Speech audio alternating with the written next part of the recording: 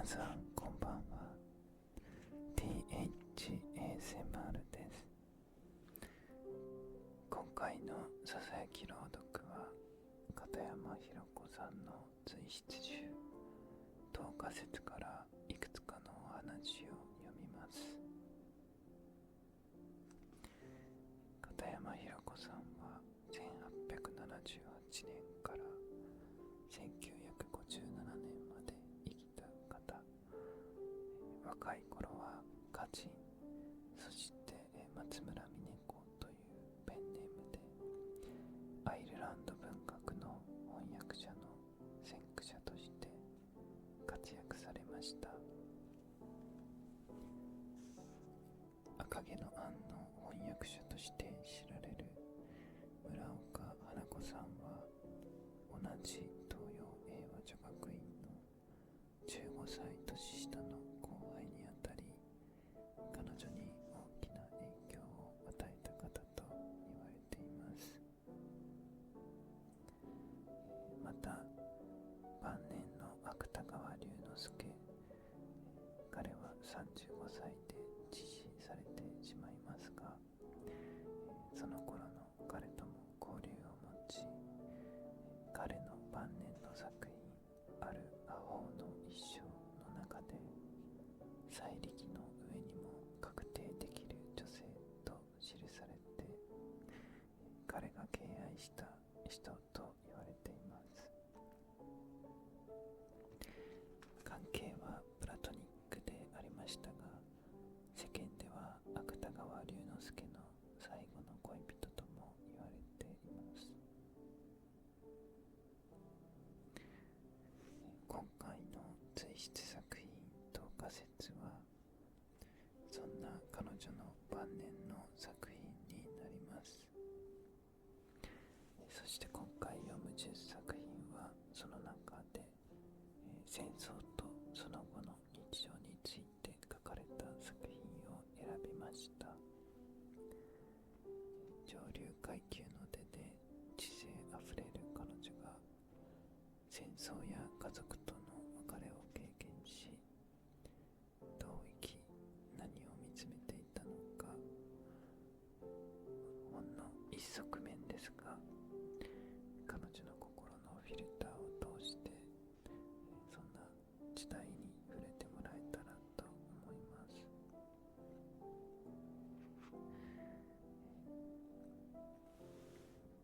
今回動画全体としてはかなり長めですが、一つ一つの作品はそれほど長くないものもあります。各作品ごとちょっとした設定もしてありますので、少しずつ聞いてもらえればと思います。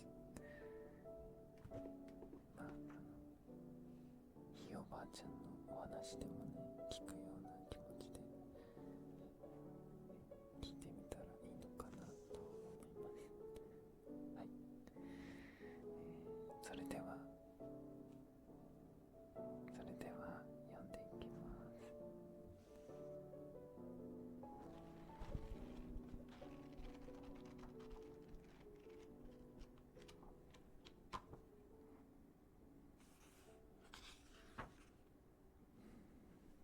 池を掘る。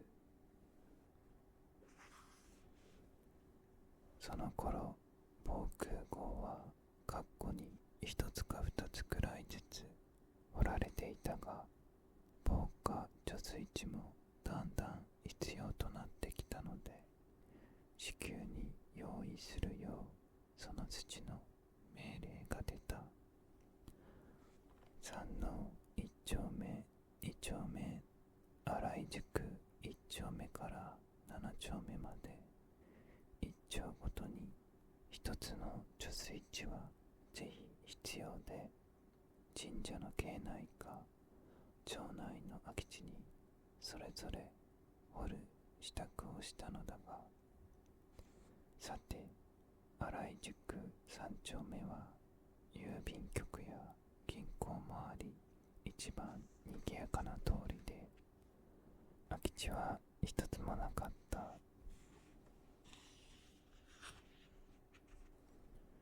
神社は熊野神社を祀ってあるが、これは高い石段を登って松や杉の茂った上の方まで行くのだから、無論貯水池なんぞ掘れない。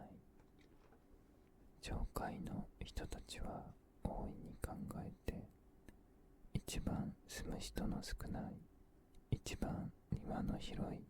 一軒の住宅に目星をつけたのが不幸なことに、そこは私の家であった。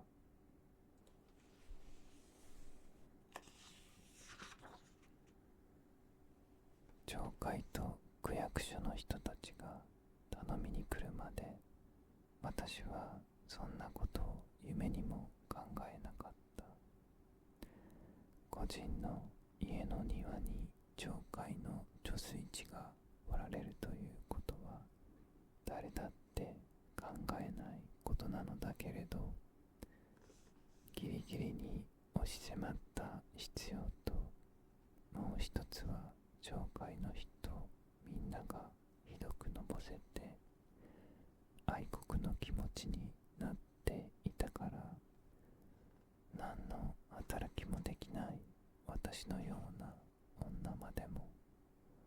何かいい仕事をさせてやろうという真面目な気持ちも混じっていたらしく、最後に町会長が来て懇願した。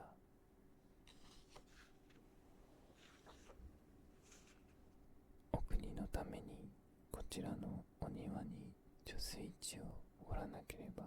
三丁目には他に適当な場所が一つもないと言って、それを私が断ればお国が困るのだというような意味の話をした。では、私の家の他にも個人の庭で貯水池をお掘りになったところがございますかと聞くと、あります。三の二丁目の京伯爵邸の御門から玄関に行く途中のところに、もうこれはできました。今のところでは京伯爵邸の他は神社の空き地ばかりです。ここは一つご承知を願って、その代わり私どものできることをご便宜計らおうと思いますが、ともう私が承知したように話しかけた。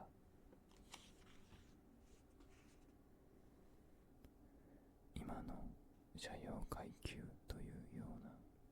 寂しい言葉はまだ生まれてなかったその頃の伯爵邸は町の誇りであったから、町会長はたとえ貯水池一つでも私の家がその伯爵家や神社と軒並みに取り扱われることを私のためにも非常に光栄だと思い込んでくれたのだった。平和になった時にその穴はどうなるのでしょうかと、哀れな私は敗戦国にならないで日本に平和が来る日もあると思って聞いてみた。それは無論区役所の方で妊婦をよこして元通りに埋めるそうですから、後日のことはご心配なくと言った。こういう話を私一人で頑張って受け付けないでいれば、一億一心というモットーに外れるのだから、町会から少しくらい意地悪のことをされても仕方がなかった。もうすぐそこに一つ別の問題が起こりかけていた。それはだんだん家々が焼けて住宅がなくなってくれば、焼け出された人たちをどこの空間にでも収容することになっていて、一畳半の場所に一人ずつ、つまり10畳には7人くらい、8畳には6人、4畳半には3人入れる決まりだそうで、私の家もその時にお役に立たせられるかもしれないと1週間も前から聞かされていた。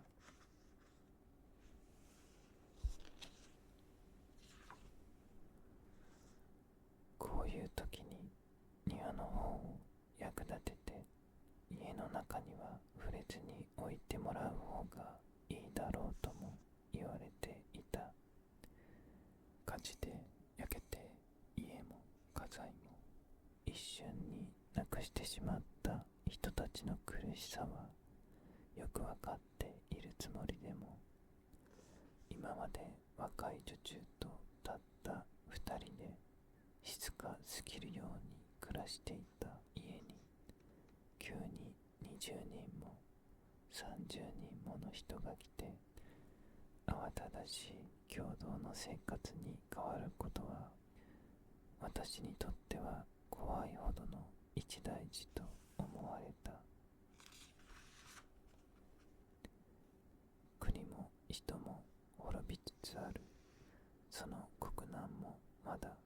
本当には認識できてないでいる時の私だから、何事も一線伸ばしにすることにして、それでは庭を使っていただいて、家の方の徴用は許していただけるのでしょうねと念を押して、貯水池はついに引き受けてしまった。庭の真ん中よりやや西に一番平らないい場所に、12粒の長方形の池がコンクリで作られるのだった。コンクリ屋のような専門家が来る前に、まずそれだけの穴を掘らなければならない。3丁目の町会の隣組の人たちが各家庭から一人ずつ出て穴掘りに奉仕することになって、男の人たちは昼間の勤めがあるから全部主婦と若い娘さんたちだった。2つの節分が過ぎて間もない頃で、朝の霧はひどかったが、午前9時に始まり午後5時で終わるのだった。私の方の隣組は穴掘りの仕事は人でも多いから、みんながお茶の係になって、そっちこっちの木の下に七輪を据えて、一日中驚くほどたくさんの湯を沸かした。初めの日は380人くらいの人数で、次の日は人数が少し減り、3日目は午後2時頃終了し、延べ人数900何十人ということだった。女ばかりの奉仕隊がみんな黒の防空服で大きなシャベルを持ち、土を掘ったり運んだりする姿は誠に勇ましく、映画にもこんな光景はないだろうと思って、私はそっと障子の中から眺めていた。ご主人は今日は出ないでくださいと言われて、私は正直に家の中に隠れるようにしていた。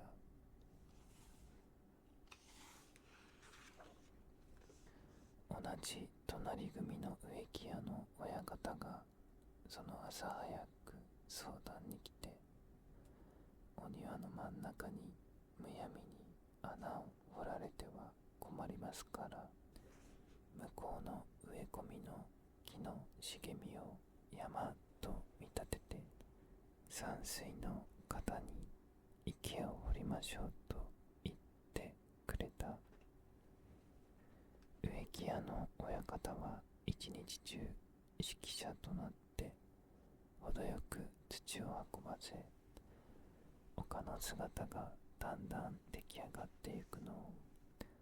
専門家だなぁと私は感心して見ていたが、本当にそれは山水と見えた。一丈の深さの池は第一日で3分の2ぐらい掘り下げられた。はじめの日3時のお茶時間少し前だった。都の事務官何がしがこの度のことでお礼のご挨拶に伺いましたと区役所の人をお供にして見えた。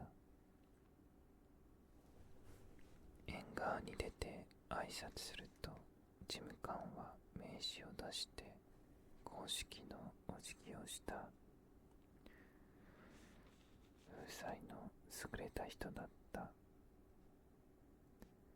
みんなが非常に感謝をしております。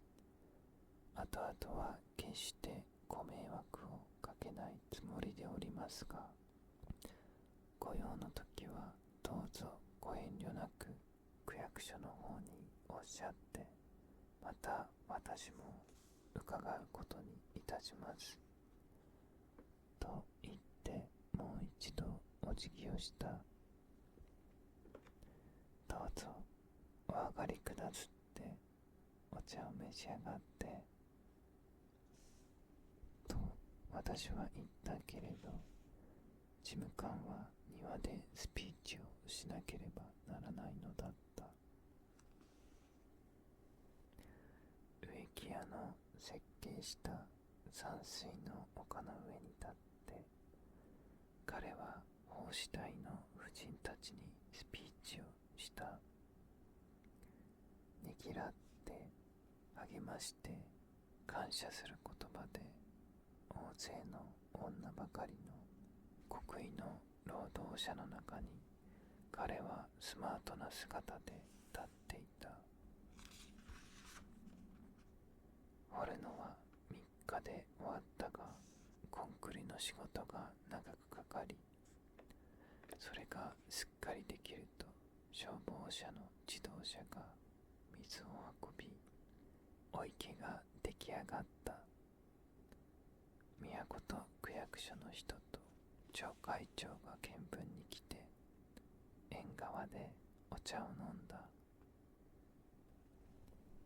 お庭の眺めがひとしおで実に気持ちがいい。夏は日ごいをお話になると良いですと彼らは平和な話をして帰っていった。門内の木の間を自動車が出入りすることは難しいので、西側の道路に面した生垣を2間ほど切り取って、普段は人目につかないように塞いでおくことにした。この池を本当に使用する時が来ないうちに、私は急に大森の土地を離れて杉並区の方に移ったから、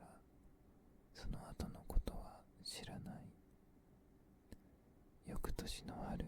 この辺の土地全体が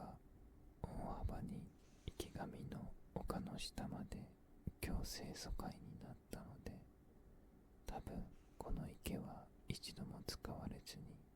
終わったのだろうと思う。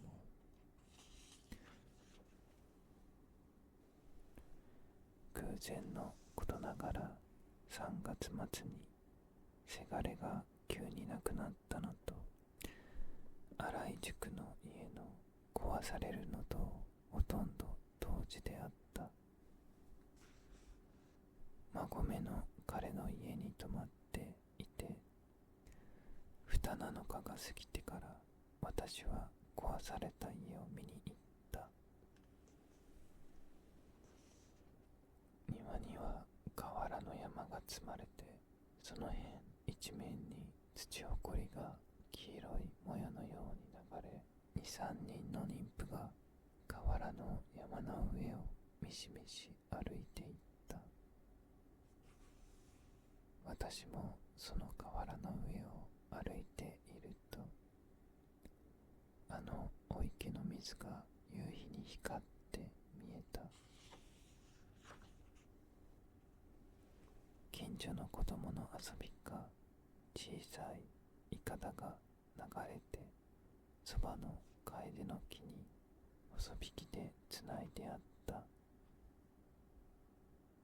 そこだけは古風な眺めで、松に交わる木々が少しずつ芽吹き赤らんでいる姿は、私のためにふるさとの感じもした。その時、木の中でウグイスが鳴いた。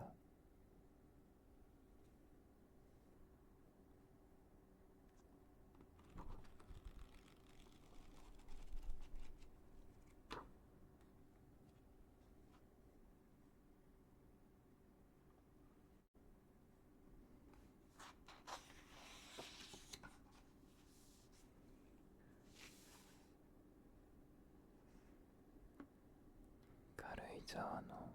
夏と秋。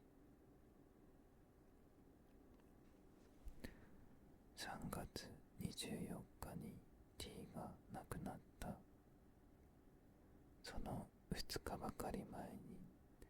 私は彼と会って1時間ばかり話をした。その時も彼は空襲がだんだんひどくなるから、母さんは早く軽井沢に行った方がよろしい。自分たちもすぐ後から行くからと私をせかしていた。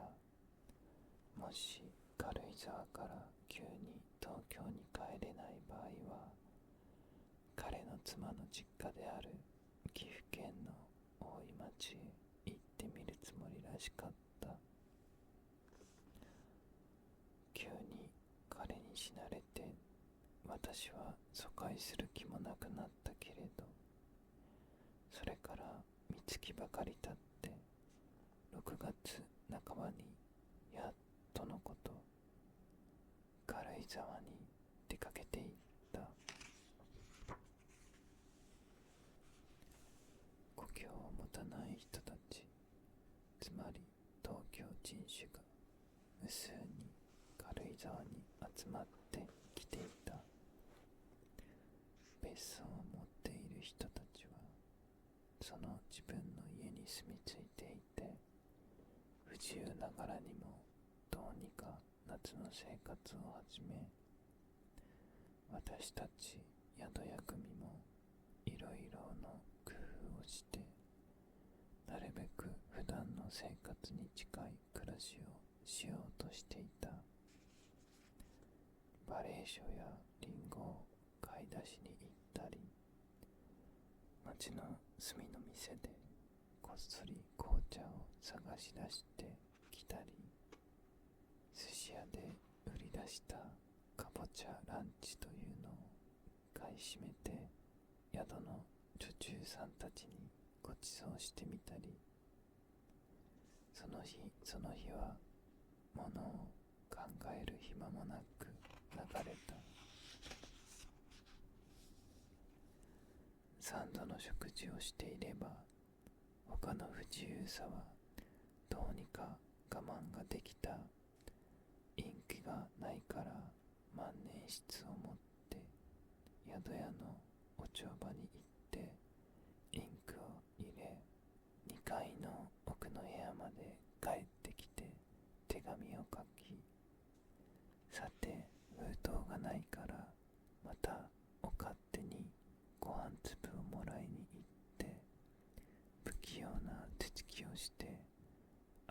背の紙で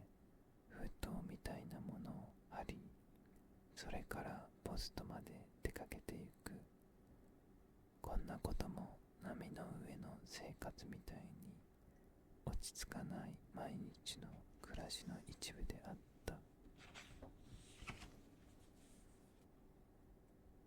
6月の末であったか、駅の方まで用を足しに行くとき、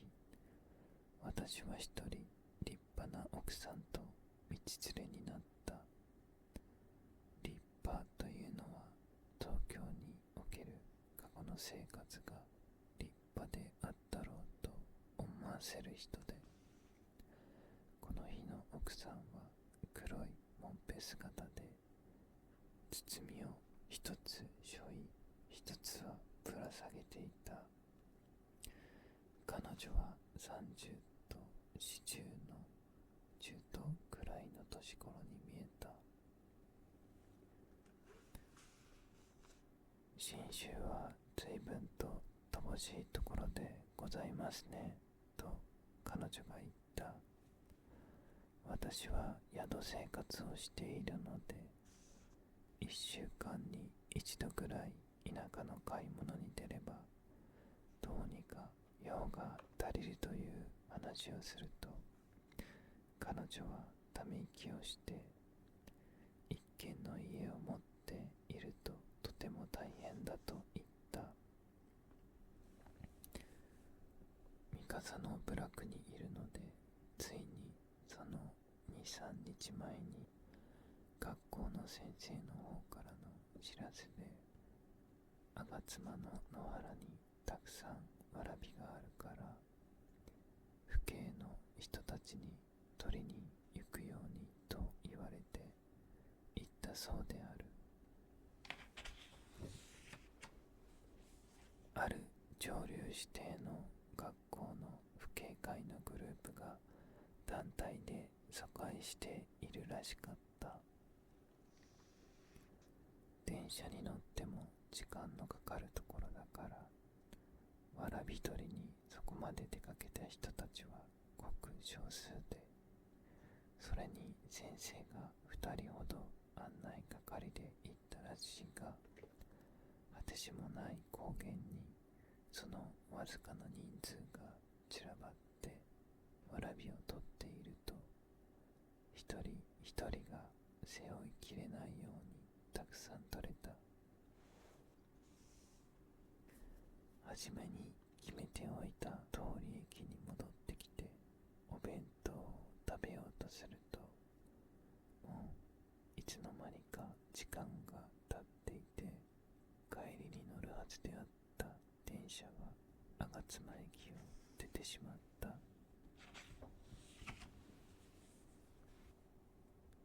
奥さんたちも先生もどうすることもできなかった。それから何時間も駅にいて、ようやく夕方の電車に乗って夜になって帰ってきたと話した。奥さんは悲しそうに笑って、わらびのためにそんな心配をして、あれが食べられるかどうかもわかりませんのに。でも昔の人は食べましたわね、と言って、彼女も私も昔山の中でわらびだけしか食べないで飢え死んだ名士を同時に思い出したのであった。二人とも情けない顔をして歩いていった。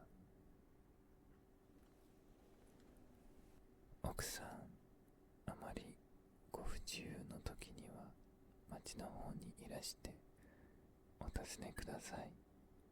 少しくらいは何かあるかもしれません、と私は宿屋の名前を言って別れた。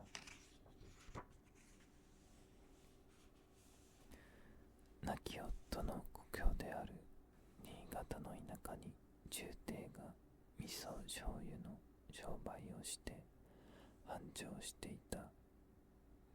亡き夫の父が東京に出てくるときに、自分の屋敷と少しばかりの金を弟にやって分家させた。その叔父の長男である。彼はたびたび手紙をよこしたり、軽井沢にも訪ねてきて、平和になって東京に帰れるのはいつのことかわからない。私たちの家は広いから隠居所を開けて待っています。宿屋生活を切り上げて新潟の方にいらっしゃいと言ってくれた。本当にその方が安全のように私には思われたが、夫の故郷に一度も行ったことのない身にとっては、若い時から毎年来て住み慣れた軽井沢を捨ててそちらに行くことは勇気のいることであり、それにお金がなくなった時、はるばる新潟から東京までお金を作りに出てくることは相当な努力だった。昔から友達付き合いをしている宿屋の主人にも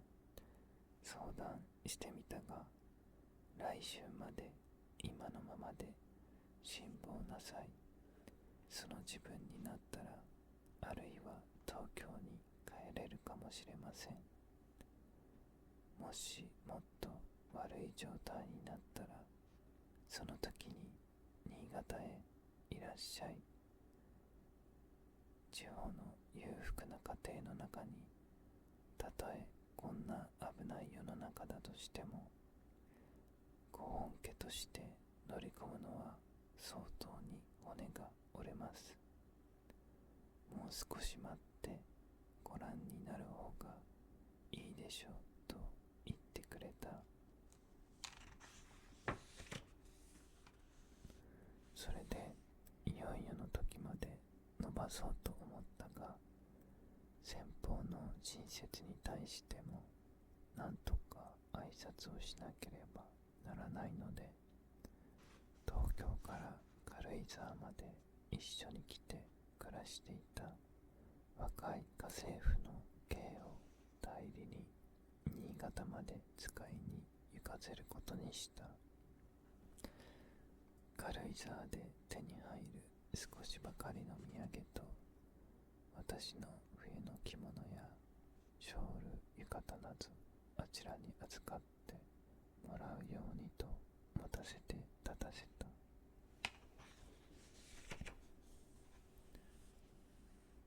朝の8時何分かの汽車で立たせてしまうと、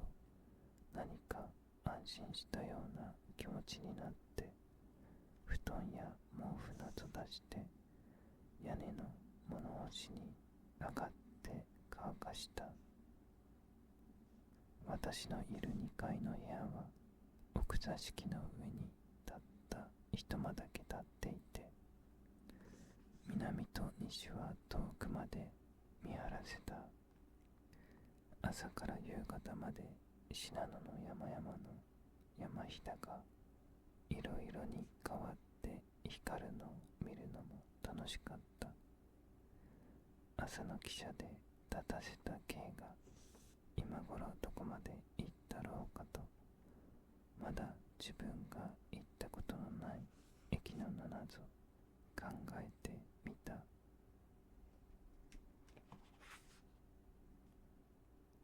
お一人でお寂しいでしょうから、お夕食は勝手にいらしてうちのみんなと一緒に上がりませんかと誘いに来てくれたので、下に降りてうちの人たちと食べた。部屋に戻るともう日も暮れたので、窓の戸を閉めお茶を入れてゆっくり飲み、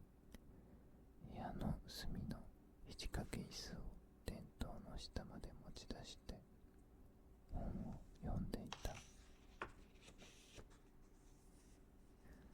一人のせいかいつもよりもっと静かだった。ち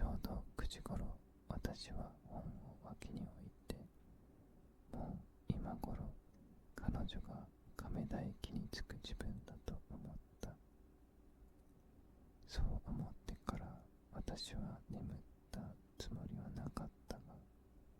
椅子で少し眠ったらしい。誰かそばに来たので目を開けてみた。T が来たのだった。いつでも週刊の日に着ていたネズミ色の服で、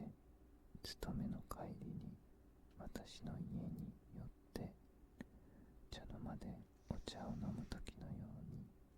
髪が少し乱れて、普段の時の通りに微笑して、母さん、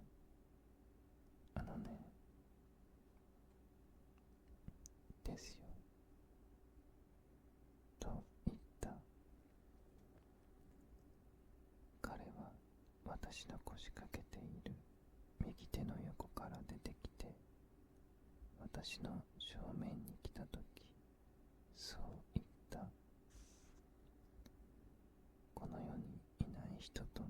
思わず、私はそれに返事をして、何か一言言った。その自分の声で目を開けて T と目を見合わせた。その瞬間 T がずっと右手に動いた。その動いていく姿がはっきり私の目に見えて、私が首をそちらに曲げた時に彼は消えてしまった。夢でなく、これは幻である。私は彼とはっきり顔を見合わせたのであった。あ、何の用だったろう。私が一人でいるときに何を知らせに来たのかしら。体が震えるような感じで T は別れても私のことを気にかけて始終心配しているのだ。何を知らせに来たのか。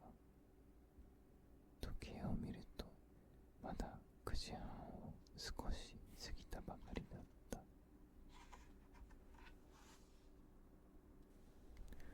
T と別れてからちょうど5月ぐらい経つ。亡くなったのが3月24日。今日は8月10日である。生きていた3月から今日まで続いて、まだ彼は私のすぐ近辺にいるのだった。しかしその彼が何を言いたくて来てくれたのだろう。今日は私が一人であたりが静かになっているせいでもあるが、今この国に私たちの身に一体一大変化が来るのだろうか。それとも軽井沢に大きな危険が来るから私に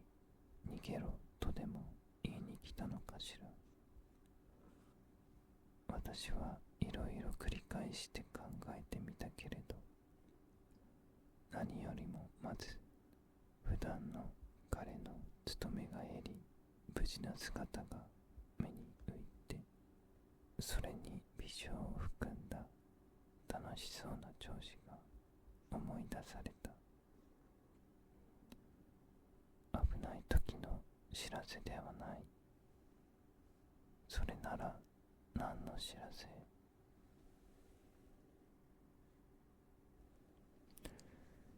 考え抜いて私は階段を降り、いつもの主人が酔いのうちに座っている茶の間に行った。ね、F さん、今 T が私のところに来ましたよ。何か言いかけたんですけど、私が何か言った拍子に、ふいとしまったんです。何かの知らせに来たと思うんですが、何でしょう。宿の主人も目を大きくして、 T さんが、それは何か急なご用ですね。何か返事があるのでしょうか。それとも東京のお宅のことでしょうか。彼も T が幻に来たことを疑わなかった。しかし二人でどんなに考えても何の知らせに来たのかわからないから、明日まで待ってみようということになった。翌日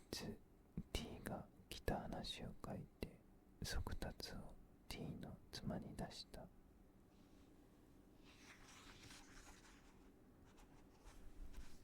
8月13日、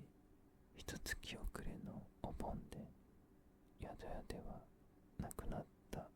仏たちの魂祭りをする飾り付けをした。私も自分の部屋の石の壁に沿った棚の上に T の写真を飾り、花とお茶を備えた。開花の部屋の H 老婦人からお手製の菊の花のお菓子を贈られたので、これも備えた。じゃがいもで作った白と薄紅の大輪の菊が美しかった。その菊は仏もさぞ喜ぶだろうと思われる美しい色だった。午前中、K が新潟から帰ってきた。白米、小豆、味噌漬けといろんな土産をもらってきたので、その晩彼女は小豆ご飯を炊いて仏に備え、私たちもいただいた。 T の来た話もして何の用だろうかと話し合った。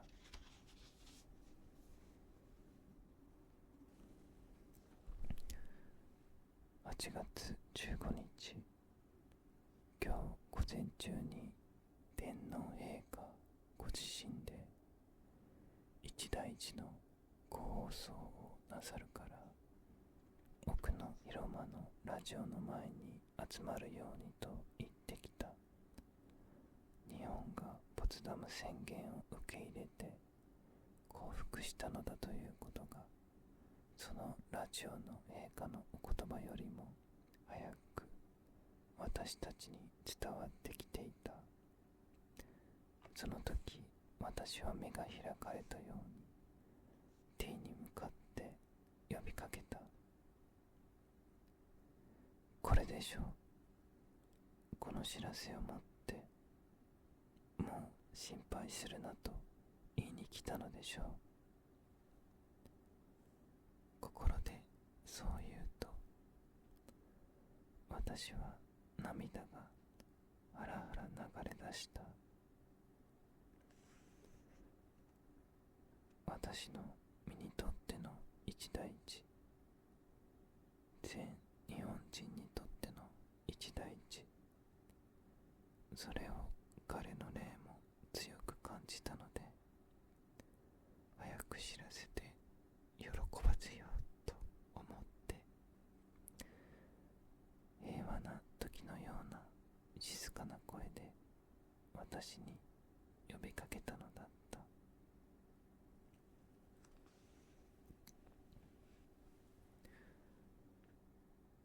ありがとう。あなたも安心してください。私たちの国は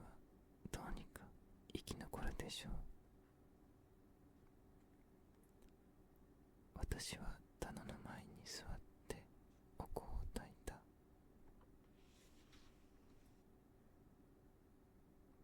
T 写真は若い派手な顔をしていたが、私の心に映るのはそれより4、5年も老けて渋い顔に微笑している彼だった。戦争さえおしまいになれば、私もどうにか生きていけるでしょう。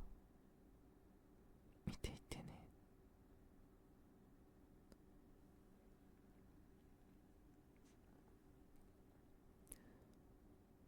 彼の目と私の心の目がぴったり合って、霊が握手したように思った。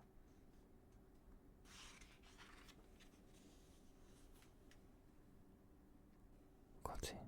ご放送があってあと、みんなぼんやりしていた。泣く人もあり、ため息をする人もあり、これからどうするのという人もあったが、興奮する人は誰もいなかった。午後 T の妻から速達の返事が来た。少しの時間の違いでご放送より遅れてきたけれど、前日に彼女が知らせてくれた手紙で、彼女の兄が内閣に近い管理なので、この幸福の話は3、4日前に彼女にうすうす聞こえていたらしく、もう心配なさらないでも大丈夫ですと申し上げようと思って、それでもまだ言っては悪いのかとぐずぐずして遅くなりました。 T はお母さんにそれをお話に言ったのですね。どうぞご安心なさって、もう火は降ってきませんと書いてあった。彼女は T が幻に来たことを少しも不思議には思わないらしかった。その夕方、宿の主人と私は茶の間でお茶を飲んだが、静かながっかりした気持ちだった。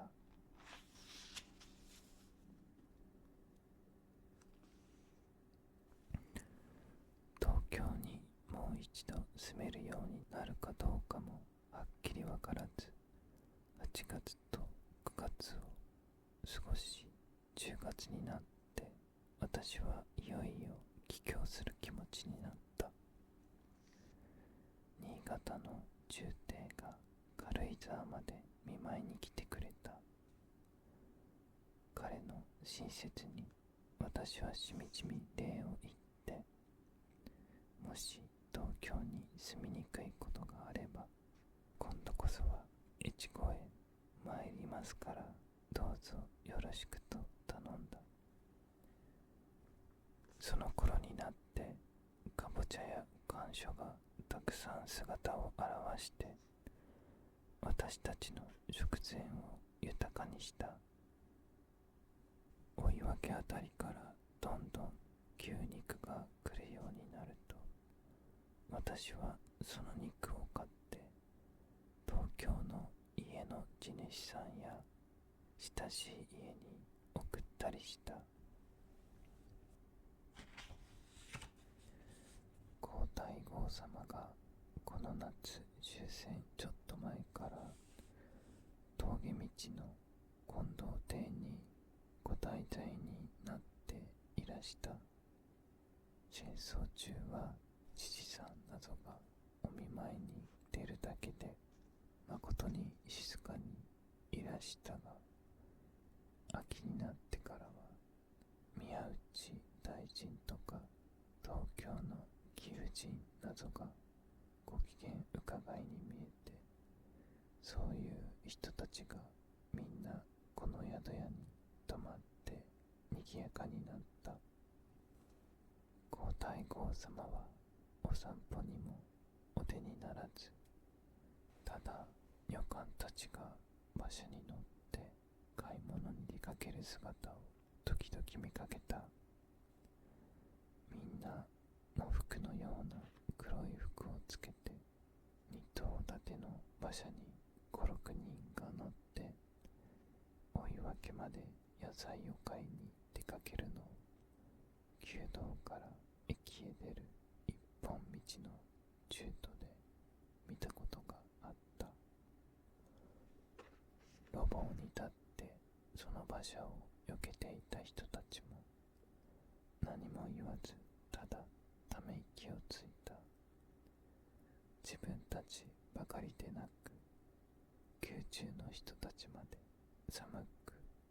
不自由らしいのをみんな一つ心に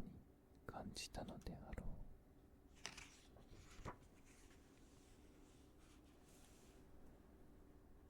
峠の道へ行くと、いろいろなキノコが取れた。それまで私は山国の秋を知らなかったので、町の寿司屋のおばさんに誘われてキノコを探しに行くことが楽しかった。ある日、大将いろんなキノコをカゴに入れて帰ってくる道で、白っぽい丸いキノコとは少し違う形のものを見つけて、おばさん、これは何でしょうとおばさんに渡そうとした。あら、およしなさい。蛇の卵ですよ。とおばさんが言ったので、私は投げ捨てるのも悪いような、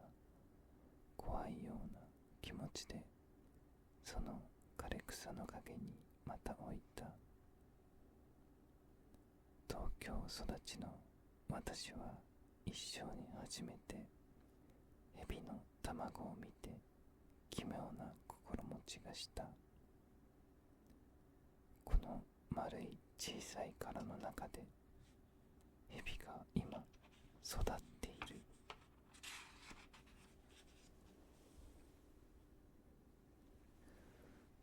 10月のごく末になって軽井沢を立ってきた。以前の美しさはなく、荒れ果てた軽井沢ではあったが、その朝の浅間山は静かな平和な姿を見せていた。煙は見えなかった。その山の姿につながりがあったかどうかわからないが、私は T のことを心に思った。もう一度彼が私に見える日があるかしら。もう一度会える。多分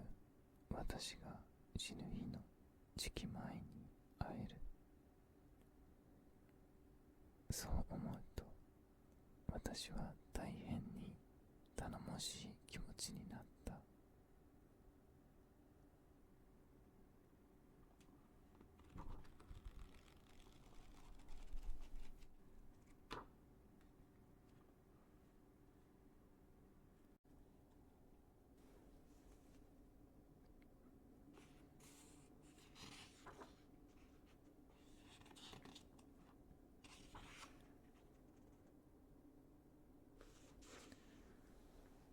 3本の夏目。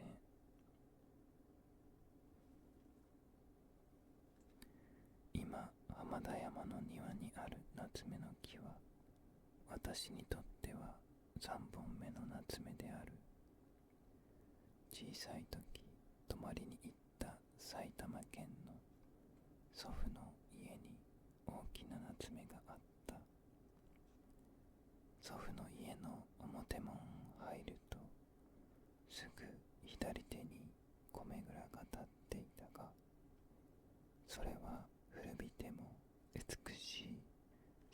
壁の蔵で、その戸口のすぐそばに大きな夏目の木が立っていた。祖父の家は広くて、奥の蔵に続く座敷の前には石の多い奥庭があり、家の南に建てまされた新座敷と呼ばれるさんまばかりの客座敷の前には古風に気取った庭があって、縁側近く徳草がすつすつと立っていて、外を囲む竹やぶのやわい青さがこの庭と一つの世界に見えていた。しかし米蔵のそばには庭らしい飾りの石も木もなく、そこら中におしろいの花や萩が咲いて、鶏どもがちょこちょこ歩き回っていたりして、子供の私ものんびりと鶏を見ながら遊ぶことができて、そうしている間に夏目の実を取って食べることを覚えたのである。誰か大人が一緒に立っていて食べさせてくれたのが初めてだけれど、夏目はおいしいなと思って、私は泊まっている間、時々蔵の前に出かけて行って食べた。下枝のを取ってみたり、地に落ちてるのを拾ったりした。私の10代の月日は無事にあっけなく過ぎて、20代で結婚し、30代になった時、貸し屋でない自分の家に住めるようになった。若い田舎の大家が作って、ただ家の形だけを備えた粗末なものであっても、夫も私もその家にいろいろな注文があった。夫は屋根のあるもんが欲しいと言い、私は夏目の木を一本欲しいと言った。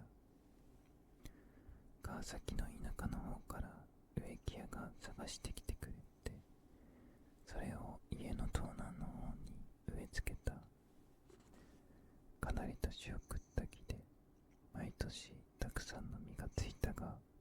次第に私たちの生活にも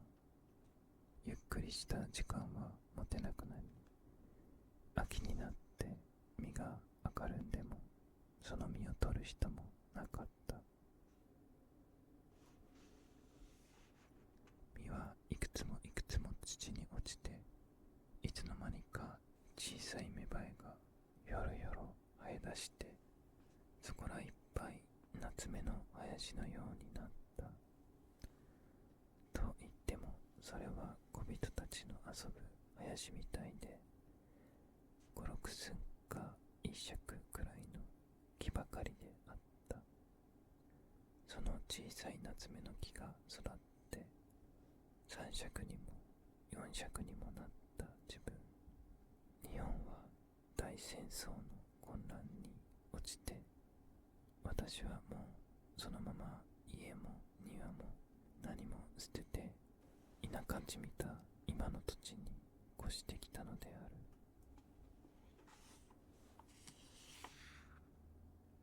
終戦の秋、軽井沢から浜田山に帰って、荒れ果てた庭を少しずつ草を取って片付けていると、林家との境に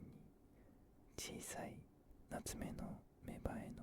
2尺ぐらいの高さのものを見出した。あら、夏目がある。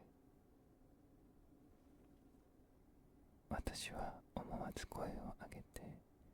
同居の若い人を呼んだ。この木は大森から持ってきたのでしょうか。あなた覚えていると聞いてみた。彼女はお引っ越しの時、あまりたくさんいろんなものをトラックに乗せてきたので、夏目を持ってきたかどうかは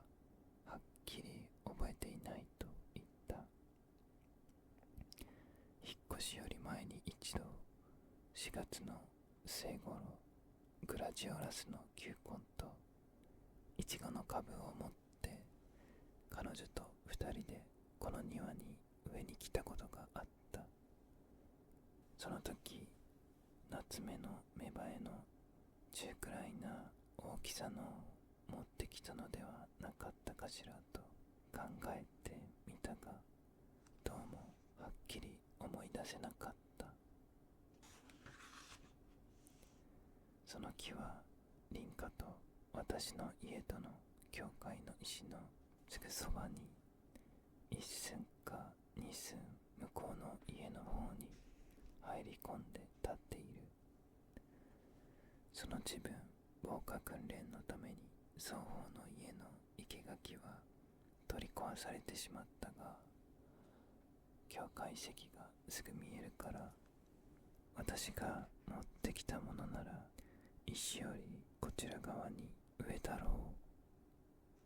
う。やはり林家で小さい芽生えを植えたのであろうとも思った。林家の人たちは栃木県に疎開してそれきり帰らず、今は新しい持ち主が住んでいるので聞くこともできなかったが、翌年になってご主人の勤務先が変わったので、家を売って京都に引っ越すことになった。私はこの機会に心ばかりのお別れの贈り物をして、その代わり記念として庭の茂みに隠れているあの夏目の木をいただくことにした。あら、まあ夏目がありましたのね、と奥さんはそんな小さい木があることさえ知らず、それでは私たちを思い出してちょうだいと快く私の庭に植え付けて、その翌日立っていった。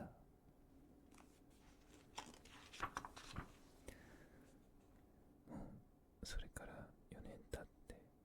夏目は随分育った。人間の弱いで言えば17、8ではないかしら。一昨年から私はその実を食べ始めた。と言ってもほんの2つか3つくらい。昨年は10粒かもっと余計に食べた。今年も白い花を十分つけている。老年になった私は子供の時のようにもう一度木の下に立って愉快に木の実を食べることができる。それを食べながら私は祖父の家の古い夏目を考える。米蔵の白い壁も鶏どもの赤いトサカも、追憶は私自身の大森の家の大きな夏目とその周りの芽生えを思い出させる。あの木に私の大事な赤猫が駆け上がって遊んだこともある。青空にモズがやかましく鳴いた日であった。古い本のページのように開けてみればいろいろなことがある。3本の夏目の木と私の生活の移り変わりも。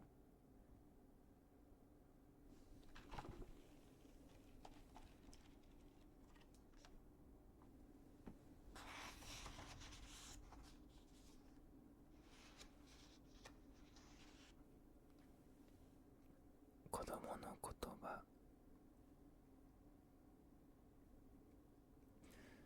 5月5日、子供の日の新聞に、子供から泥棒へという文が出ていた。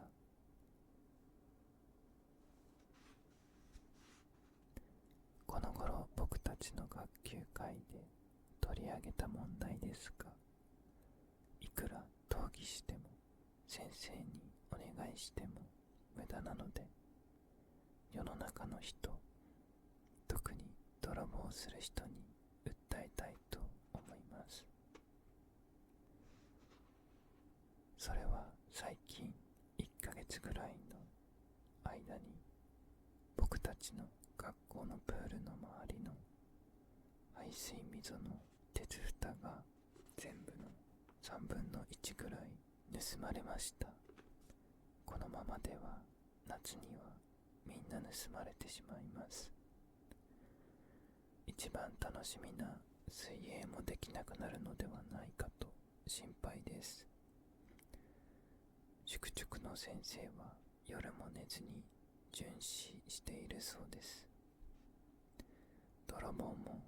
2度捕まえたそうですが、被害は後を絶ちません。子供の日を迎えてお金をかけていろいろなことをしていただくよりも、日本中の人たちが子供のものを奪うようなことを一切やめていただければ、それだけでも僕たちは幸福です。大人の方は小学校や小学校のものはみんな自分の子供のものであると考えてください。僕たちの学校600人の子供のお願いです。港区竹芝小学校6年〇〇〇〇。子供らしい素直な言葉で世の中の大人の誰か読んでも、どうかその鉄蓋が盗まれないように、生徒さんたちの楽しみにしている水泳が無事できますようにと祈らずにはいられない。しかし、さて泥棒がこの文を読むかという段になると、鉄くずを盗む彼らはおそらくこの文を読まないだろうと考えられる。また聞きで私が聞いたところでは、自由労働者たちが1日200円あるいは250円くらいの賃金で道路の掃除をしたり、焼け跡を片付けたりする。そういう時にその辺に落ちている靴鉄を拾って、これを靴鉄買い入れの店に持って行けば、1日平均300円ぐらいのお金に売れるという話である。そうすると1ヶ月の賃金と1ヶ月の彼らのお待ちが同じくらいかそれ以上の収入になるとすれば、彼らがいとも熱心に拾い集めるのも無理はない。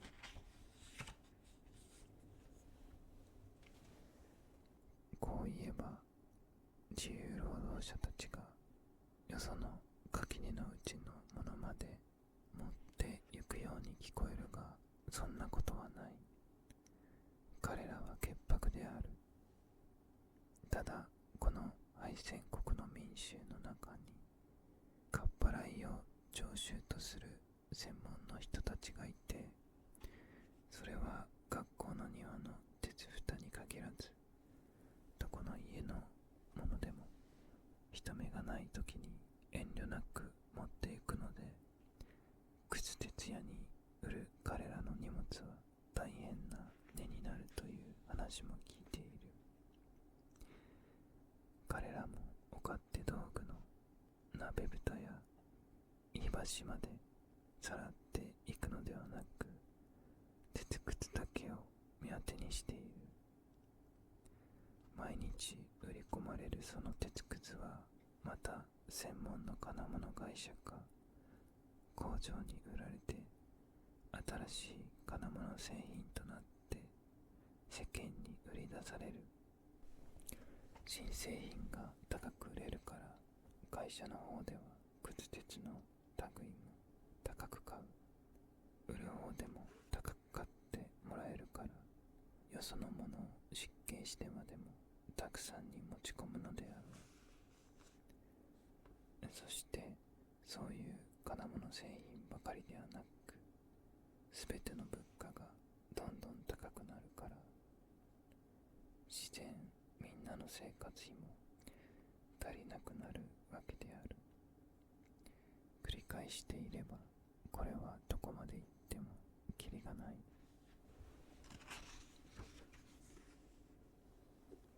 鉄くずの泥棒だけで政治を批判するのは無理かもしれないが、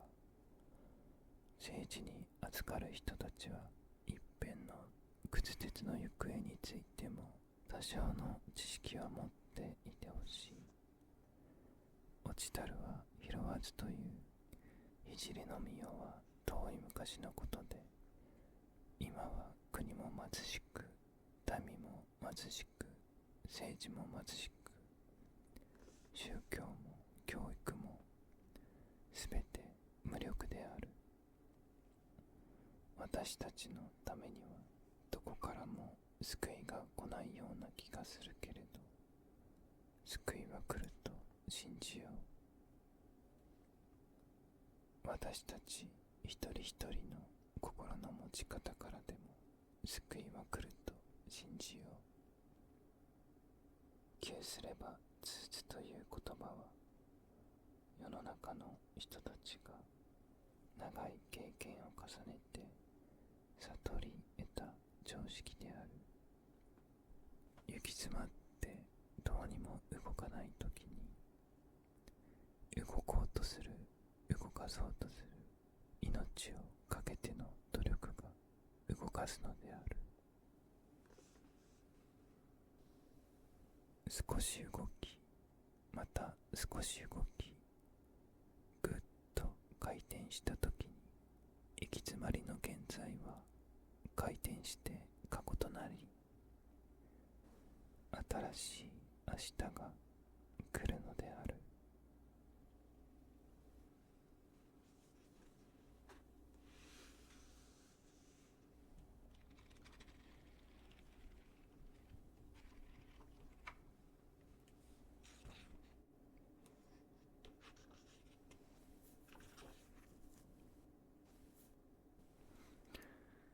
ナス畑。はがきを出そうと思って畑道を通って駅前のポストの方に歩いていった。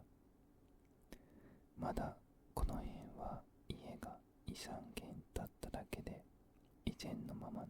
畑である。夕日が真っ赤く空を染めて高井戸駅の方から上り電車が走ってくる音がする。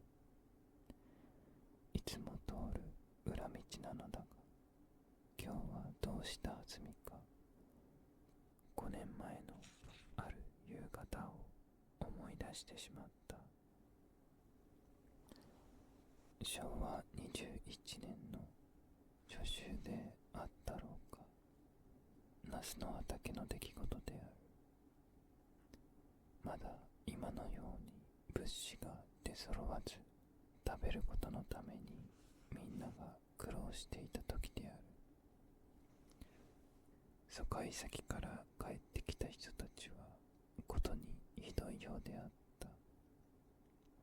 その夕方ちょうどこの畑を通りかかると、何か大きな声で誰かが怒鳴っているので、私はびっくりして立ち止まった。怒鳴っているのは背の高い青年で、そのナス畑の持ち主の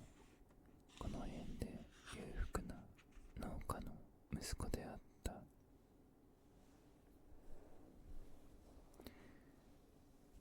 年寄りだって人をバカにしてやがる。食べるものがないからって黙って畑のものを持って行かれてどうなると思う？俺のとこだって働いて食ってるんだ。疎開して畑荒らしを覚えてきたんだろう。もう一度来ないように殴ってやる。出てこい。と彼は怒りきっていたが、相手は決して出てこなかった。ナスの畑にうずくまって何も言わず下を向いているのは年寄りの女の人で、私よりは若いと見えた。大島のもんぺを吐き、少しくたびれた黒ちりめんの羽織を着て、友禅さらさの買い物袋を両手に押さえてしゃがんでいた。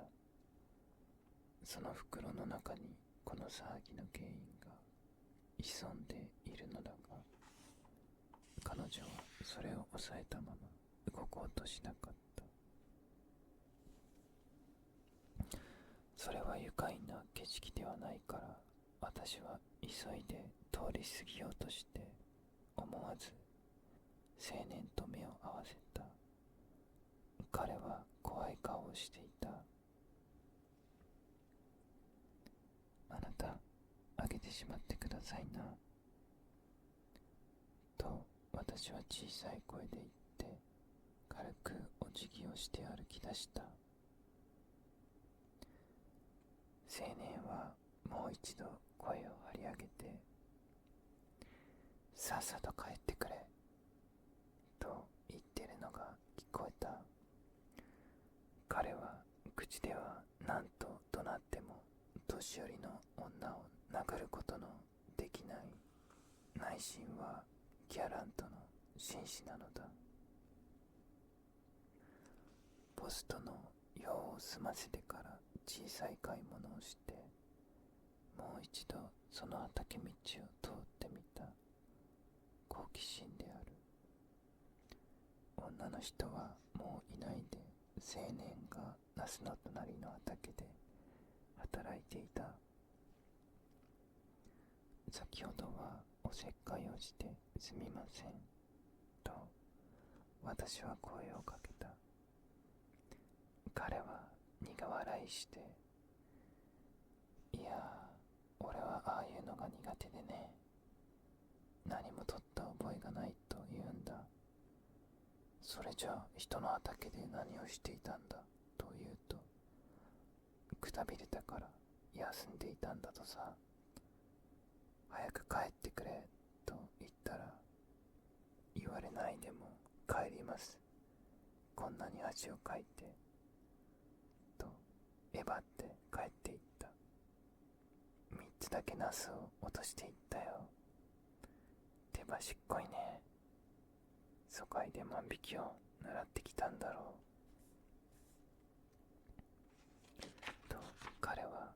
憎らしいように言った。本当にいい色のナスですね。少し売っていただこうかしらと言うと、5つや6つなら差し上げるよ、買わないでも。そう、ありがとう。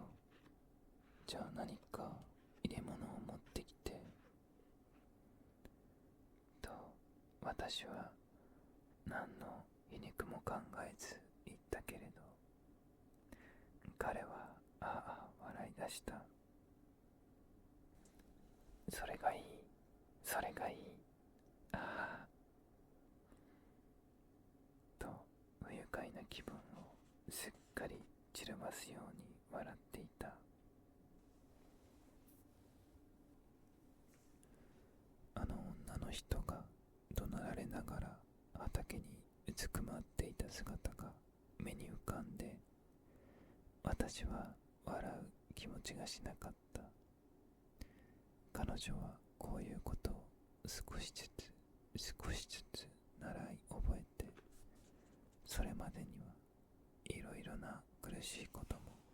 気持ちいいことも通り過ぎて東京に帰ってきたのだろ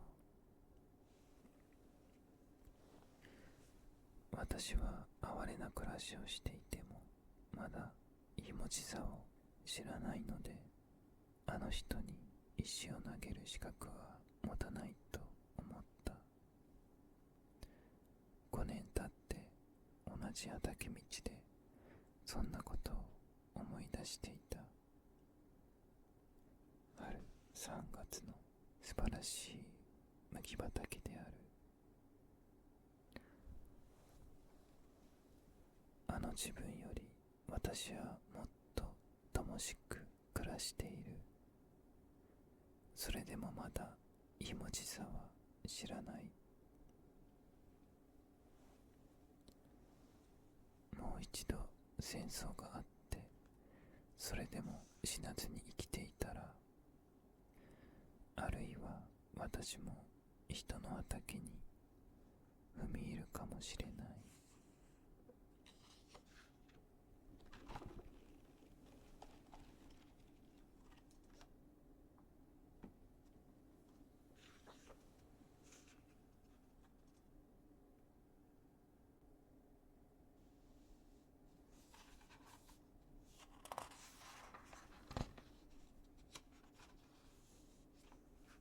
バラの花5つ。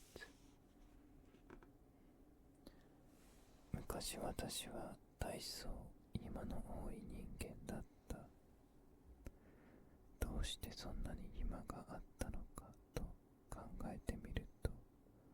しなければならないもろもろの仕事をしなかったせいだろうと思われる。そういう怠け者の人間が時たま忙しいことがあるとすぐくたびれてしまって、くたびれた時には散歩をした。さて、ある時の散歩に私の家からあまり遠くない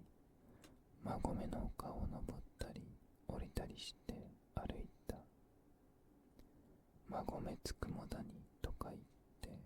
丘と谷がいくつも連なり、どの丘もどの谷もみんながそれぞれ違った光と色を見せて、散歩するには楽しい道であった。その日私が歩いていたのは、今は小学校が建っているその辺の谷から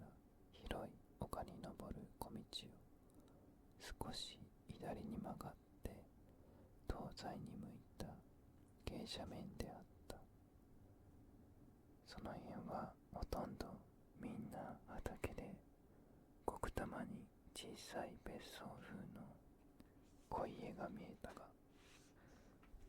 私がちょっと足を止めたのは、その広い斜面を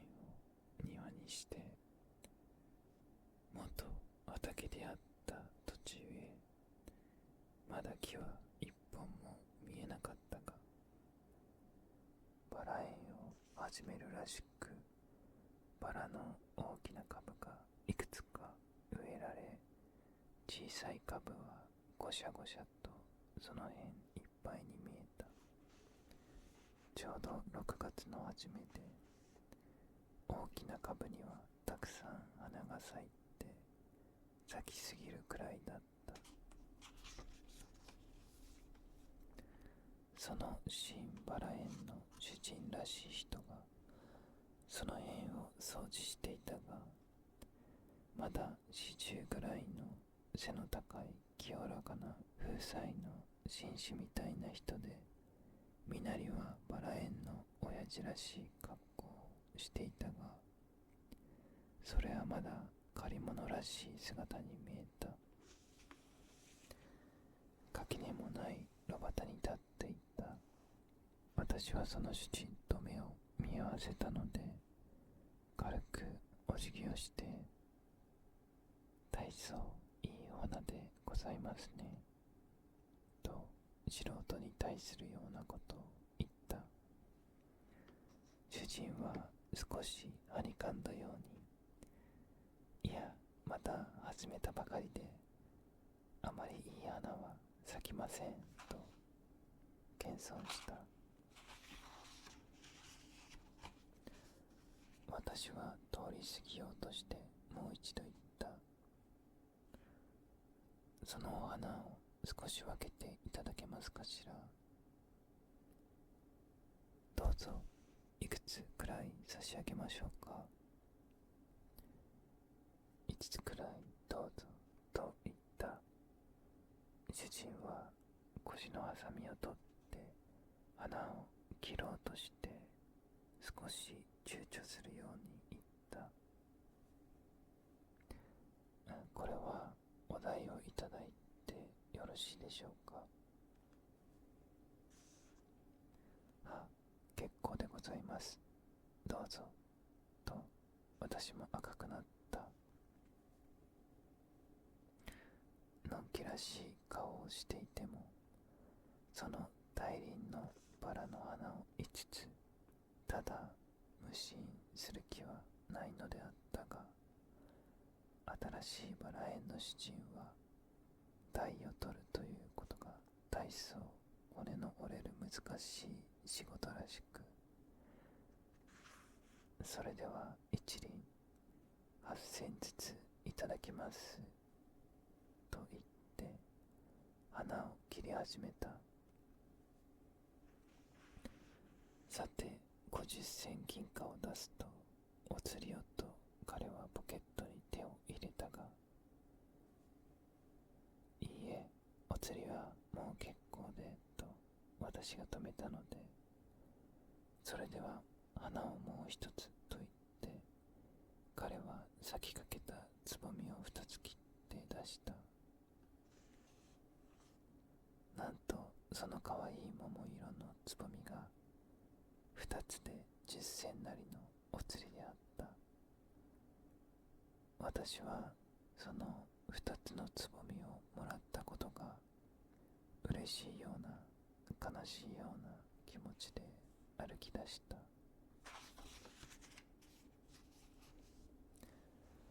後で聞いた話では、そのバラ屋さんは東海道筋のある県のお役人で、父さんの次くらいの地位にいた人であったが、ある時世間を騒がした帰国事件で部下のために災いされて退官し、世間から隠れてこの丘に引っ越してきたのだということ。これは誰も確かに聞いた話ではなかった。秋先のバラの咲く自分には、私はまたその辺の畑道を歩いてみたが、その日は植木屋らしい若い男が働いていて、主人は見えなかった。それから2年ばかり過ぎて、この人は晴天白日の身になってまた元の世界に華々しく帰ってゆき、馬込の畑は別の人の家となった。その後20何年か経って、多分戦争中にその人は亡くなったようであった。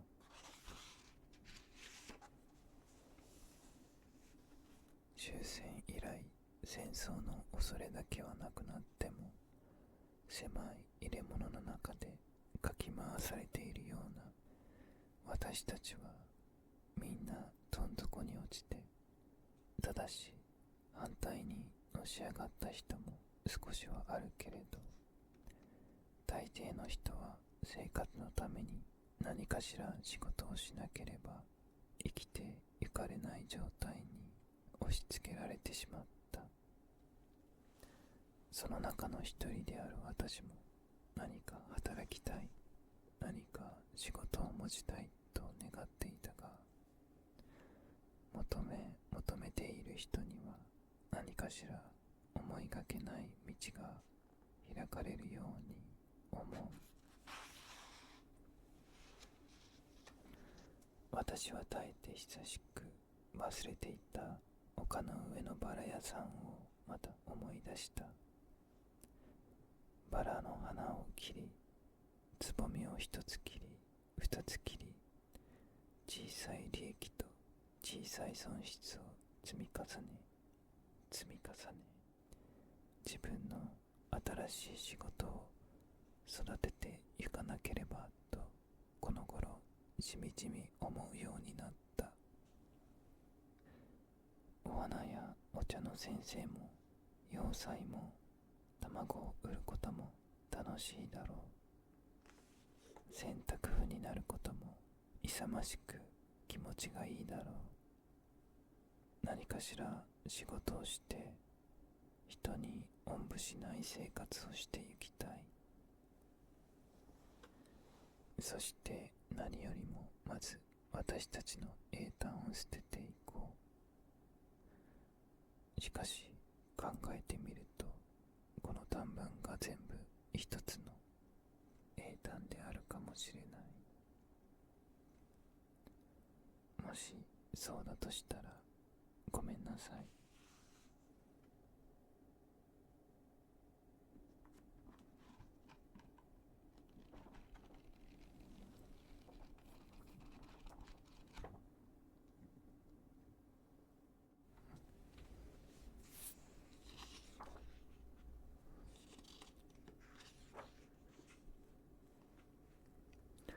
その他もろもろ、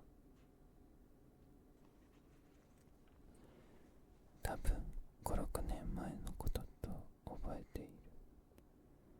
私の歌の友達の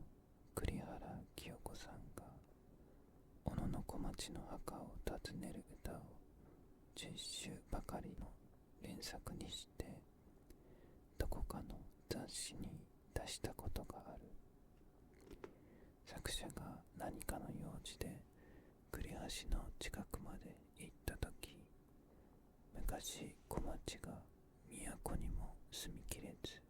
落ちぶれきって道のくへ行く旅の途中、その辺の路傍に死んでしまったのを里人がそこに葬ったという言い伝えがあるのだそうで、それは嘘か本当か、あるいは別人の墓であるかもしれないと断ってその歌を読んだのであった。歌も美しかったが、小町の墓に私は深い興味を惹かれた。小町は京の貴族の家に生まれた貴婦人ではなかった。道の国に育った若い娘の類ない才色を見出され、うねめとして都に召され、宮廷へ仕えるようになった才媛であった。うねめといえば高級の官女、諸国の軍事の女などの才色優れたるものを見つけしめたと書いてある。だから彼女は紳士の令嬢であったのだろう。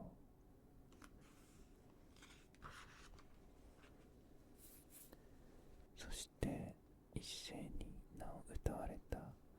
その美しい人がどんなに疲れやつれてどんな姿で旅をしたろうなどと考えてみた。乱れた髪を長く垂らし、灰色の着物を着て杖をついている小町のさすらいの姿は何かの絵でも見ているけれど、お面のような淡麗な顔の女性が杖を持って野原を歩いていくとき、彼女は何か小さい荷物を持っていたかしらなどと考えてみた。千年の戦争中、私たちみんなの小さい疎開荷物には紙、櫛、石鹸、手ぬぐい、肌着、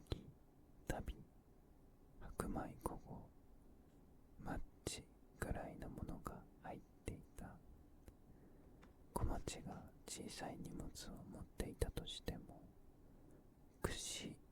紙、香料の袋、肌着ぐらいなものしか考えられない。都を出て遠路を歩いてくるうちに、お金をすっかり使い果たしていたろうと思われる。華やかだった彼女の過去を包んだすべての美しいもの、歌と社交と恋愛とその他諸々の良いものは旅立つ日にみんな捨てたのである。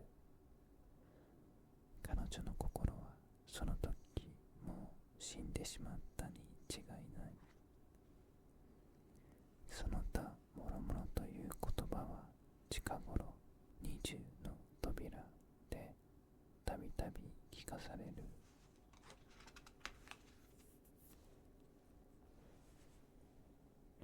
ふるさとの道のくへ行く途中で死んだ彼女とは逆に、私たちは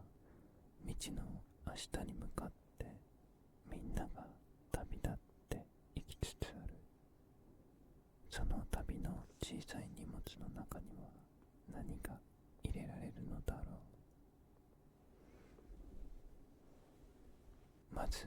主食ではない。薬布団でも着物でもない。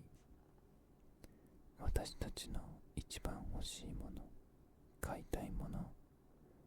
それはおのおの違ったもので、必需品以外に生活の潤いとなる小さなものや大きなもの、その他もろもろであろう。疎開荷物に入れられたものや昔の小町の小さい包みに入れられたものではない。それ以外のもろもろの好ましいもの。4、5人が寄ってお茶を飲みながらみんなが欲しいものを言った。どら屋の羊羹を5、6本と、ある人が小さい願いを言った。木川の街灯と若い人が言った。匂いのいい石鹸という人もいた。ラッキーを10箱ぐらいで我慢するという者もいた。それはみんなが持っている夢で、多少なりともその幾分は満たされ得る夢である。小さい荷物もあるかなしに、彼の歩く昔の女とは違って、私たちの毎日には何かしら良い香り、美しい色気、豊かな味、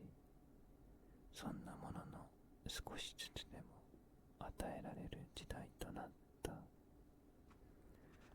それは暮らしの手帳に書き入れられるもろもろの良いものであると言ってもよろしい。衣食立ってといった昔の人の夢にも知らない今日の我々の生活は乏しく裸であるけれど、その中にもできるだけの知恵を絞って夢と現実と入れ混ぜたもろもろのいいものを見出してゆきたい。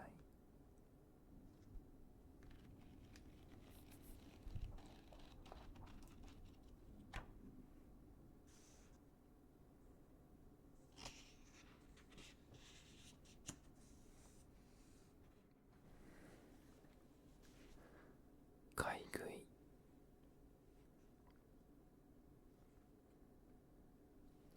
昔、私がまだ娘時代には、家々の奥さんたちが近所の若い主婦やお嫁さんの悪口を言うとき、あの人は買い食いが好きですってね、毎日のように買い食いをしているんですって、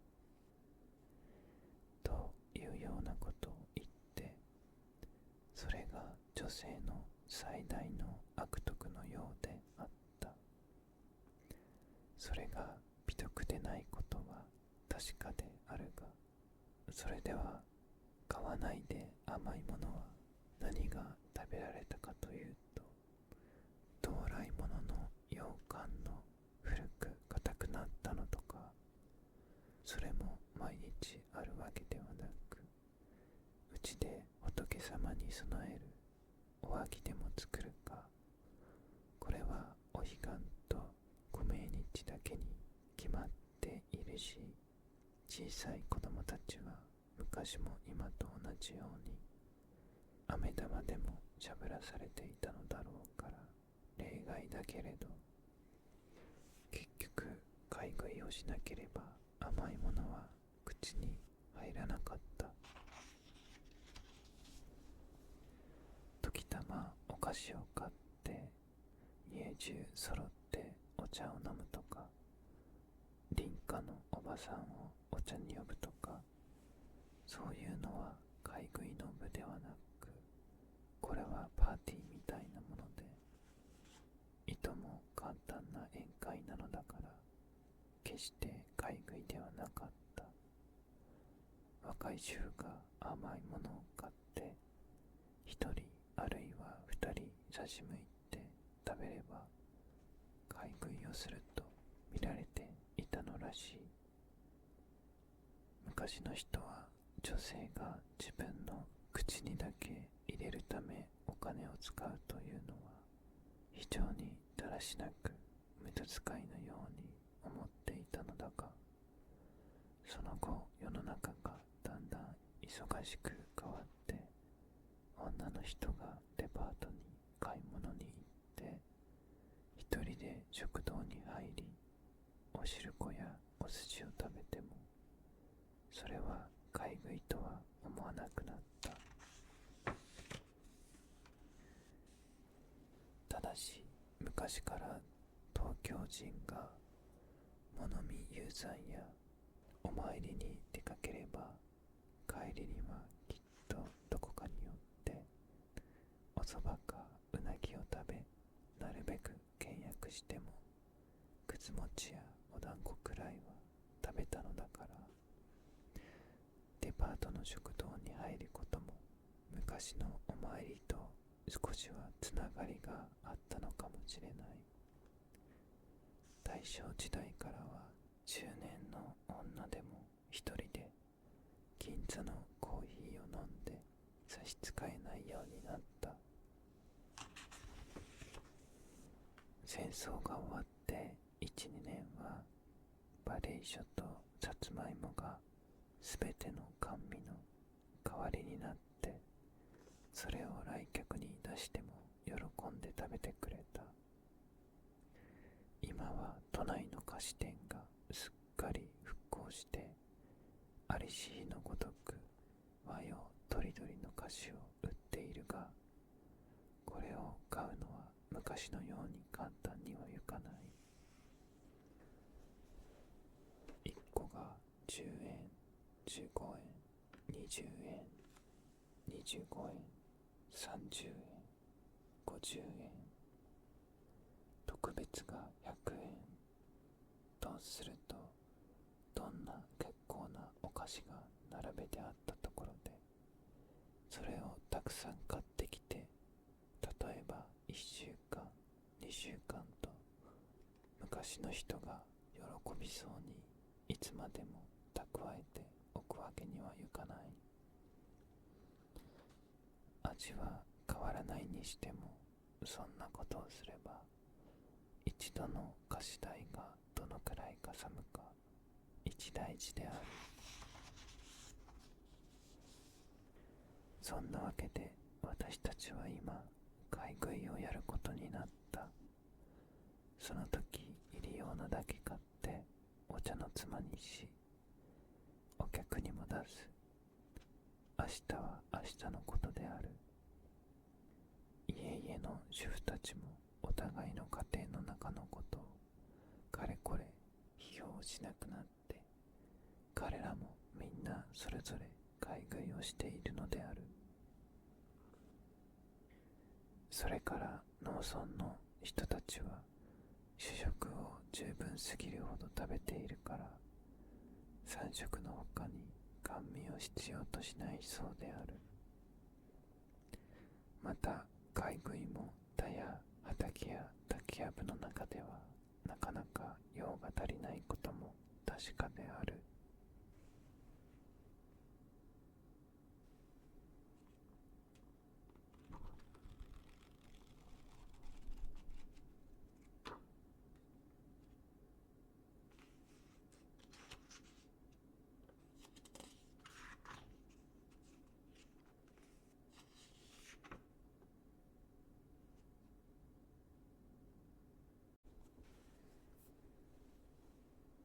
入浴。入浴はコーヒーを飲み甘いものを食べるのと同じように、私たちには楽しいレクリエーションで、同時にどうしても省くことのできない清潔法である。戦争で国も家々もだんだん貧乏してきたときに、炊き物の都合から私はようやく思い切って町の湯に出かけることにした。その銭湯は家の門を出て西の方角に行き、垣根に沿って東南に行くとすぐであった。そう言うと遠いようでも実は私の家の隣だった。この隣のお湯で私は銭湯の味を覚え、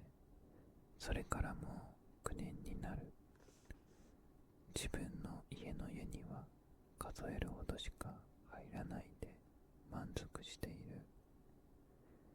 疎開のつもりで越してきたこの農村にも、いつの間にか銭湯ができて、もらい湯というのは流行らなくなった。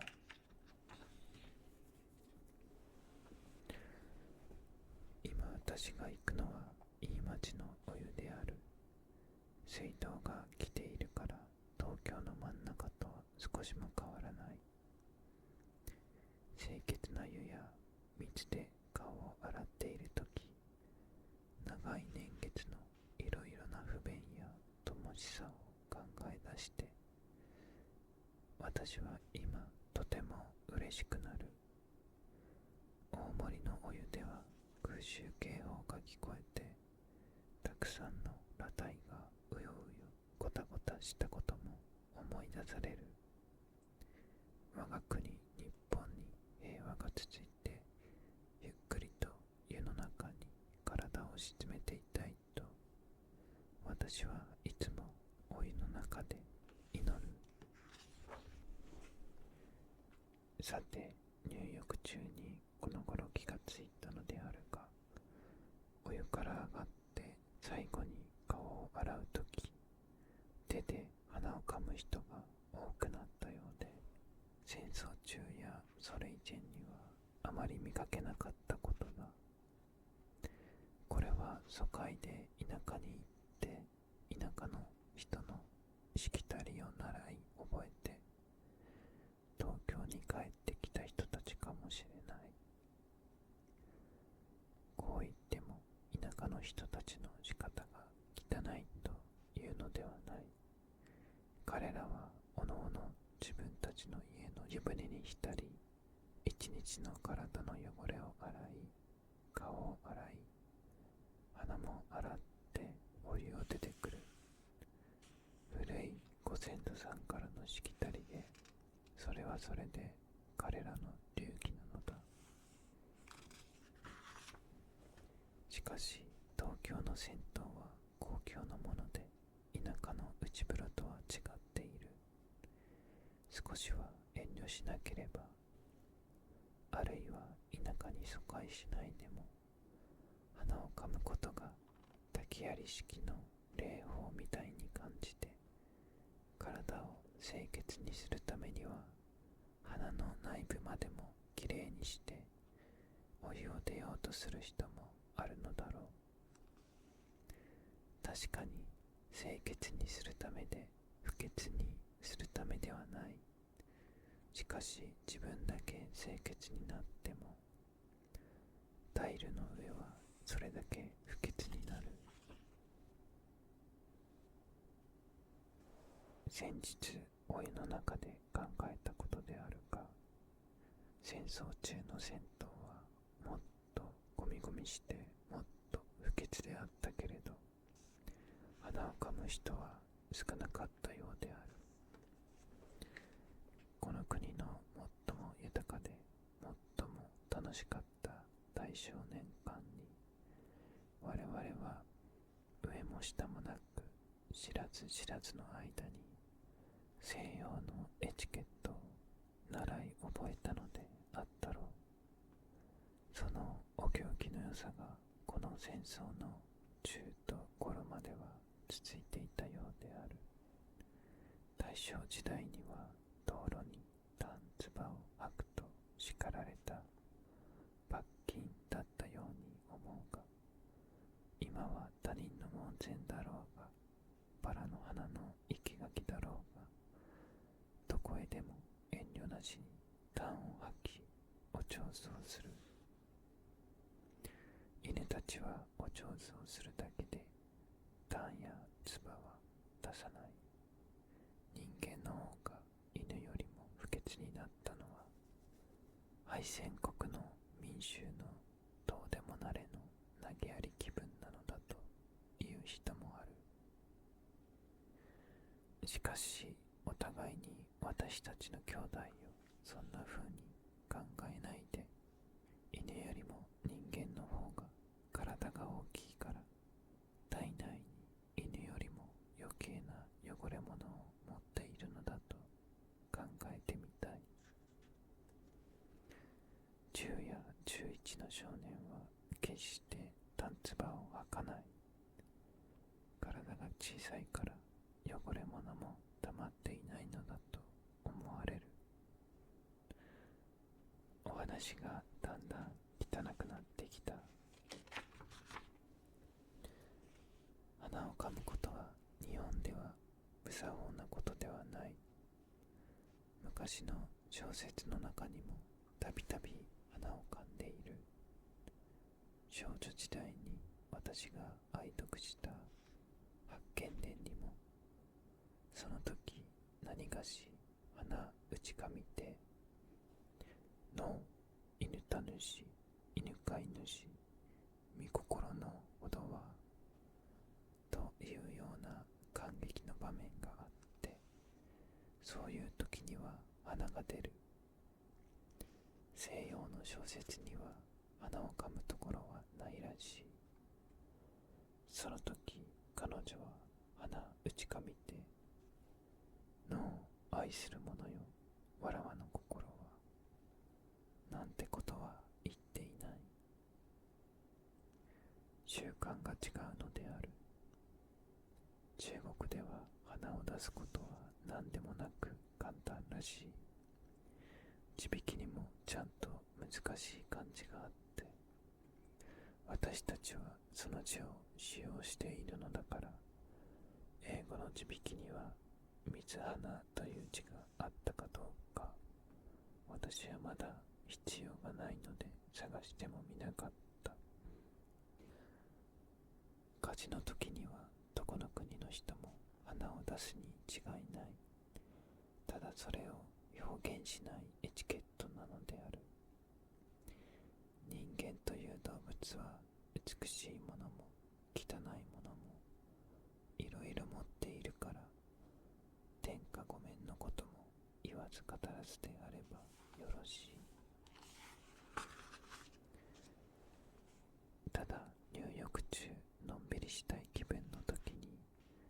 私たちの国が長い間保っていた礼儀を失いつつあると感じることは情けない。こんなことを書くこともすでに無作法であり、荒い時代が私にも荒い教育をしてくれて、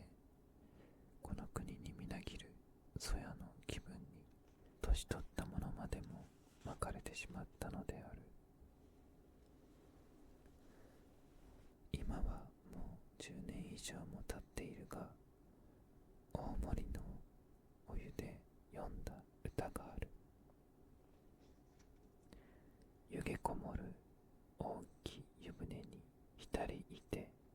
無心の人の裸体を見つつ、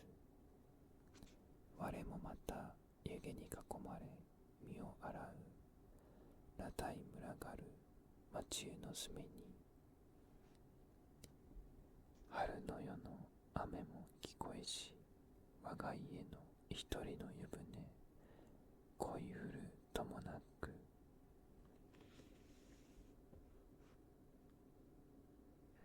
大変に難しい顔をしてお湯に入っているように聞こえる。本当に深刻になってぼちゃぼちゃ洗っていたのであろう。うちのお湯でなく外のお湯に入ることも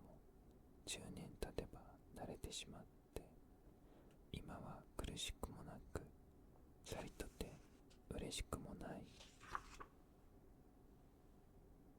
10年前には戦争の暗雲が国と人と包んで重く圧しつけていた。今もう一度平和が破れて、どんな未来が押し寄せてくるかもわからない今日ではあっても、私たちは入浴しているとき、まるきりそんなことは考えず、ただきれいにきれいに自分を洗っている。もしや明日死んでも、あるいは10年生きてから死んでも、できるだけ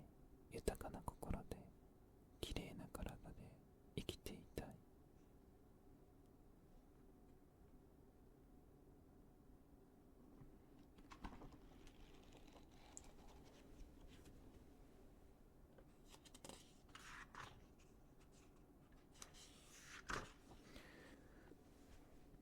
等仮説後書き。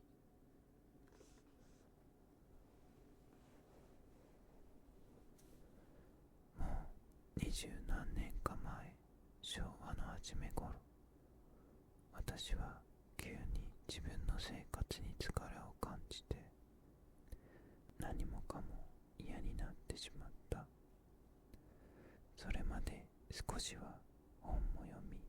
文学婦人というような奇妙な呼び名もつけられていたけれど、そんなことともすっかり縁を切って、ぼんやりと庭の草取りなどをして日を暮らすようになった。文筆の仕事ばかりでなく、外に出ることも面倒になり、やむを得ぬ義理で人を訪ねるときには、それまでのように銀座まで行って長門や菊の屋でお土産を買うようなこともなくなって、大森駅の前にあったフランス屋という洋菓子屋の菓子折りを持って出かけた。何年かのそういう生活は、精神的な脳一血の病人みたいな容態であったかと思われる。親に親切な私のせがれは、草取りは草取りばあさんを頼みなさい、そして毎日少しずつ読書をすることですね。それから1週間に一度ぐらい映画を見たらどうですと言ってくれた。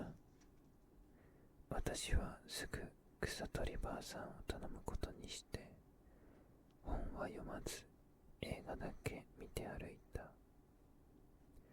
一人で見るのだから誠に簡単で、帰りにはコーヒーを飲んだりして帰ってきた。さてまたせがれが言った。だんだん年寄りになると映画を見るのも面倒になるでしょう。時々随筆を書いてみたらどうです。日記のように毎日何かしら書くことはあります。楽しいことでしょうと言った。質なんて常識のある人か学問のある人が書くのでしょう。私は常識が足りない人間で、まるきり書くはないし、日記は嫌いだしダメですねと断った。それでは当分映画専門ですかとせがれは渋い顔をしたが、しかし本は時々買ってきてくれた。軽井沢で私は終戦を迎えた。馴染み深い宿屋の生活であったから、少しも苦しい思いはしないで東京に帰ってくることができた。その時東京はのっぱらにポツポツ小屋が建っていて、洗濯物が白く日光に干され、悲しいことの景色であった。もう一度東京生活をするようになって、空襲よけにせがれの家の庭に埋めておいた本などがそろそろ届けられてきた。湿ってかびた本もあったけれど、それを乾かしたり風を通したりしているうち、私は絶えて久しい心のふるさとの匂いを嗅ぐような感じを持った。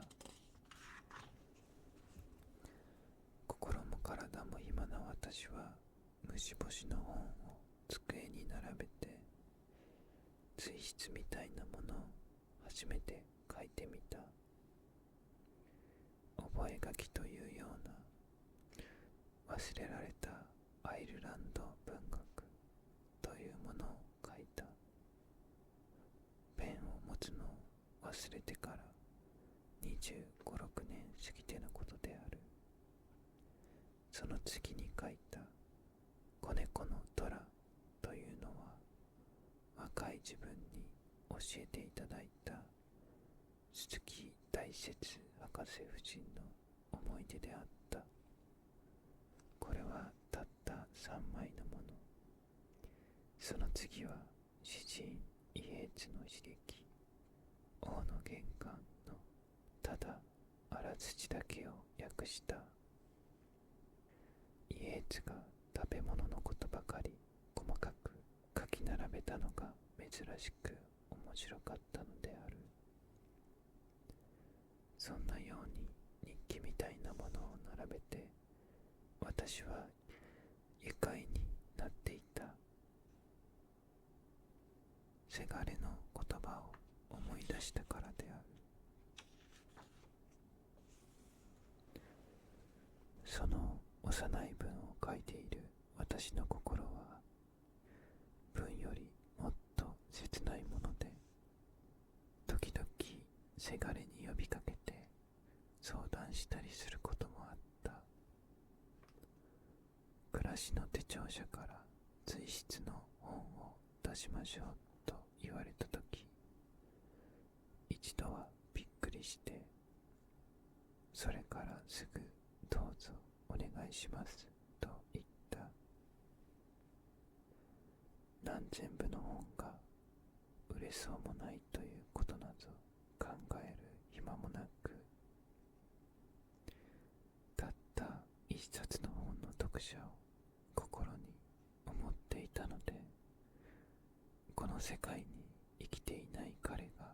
私の本を読むはずはないとよく分かっていても、別の心は彼が読んでくれると固く信じているのらしい。後書きには夢でなく本当のことを言うつもりでいながら、やっぱり私は夢みたいなことを書いてしまった。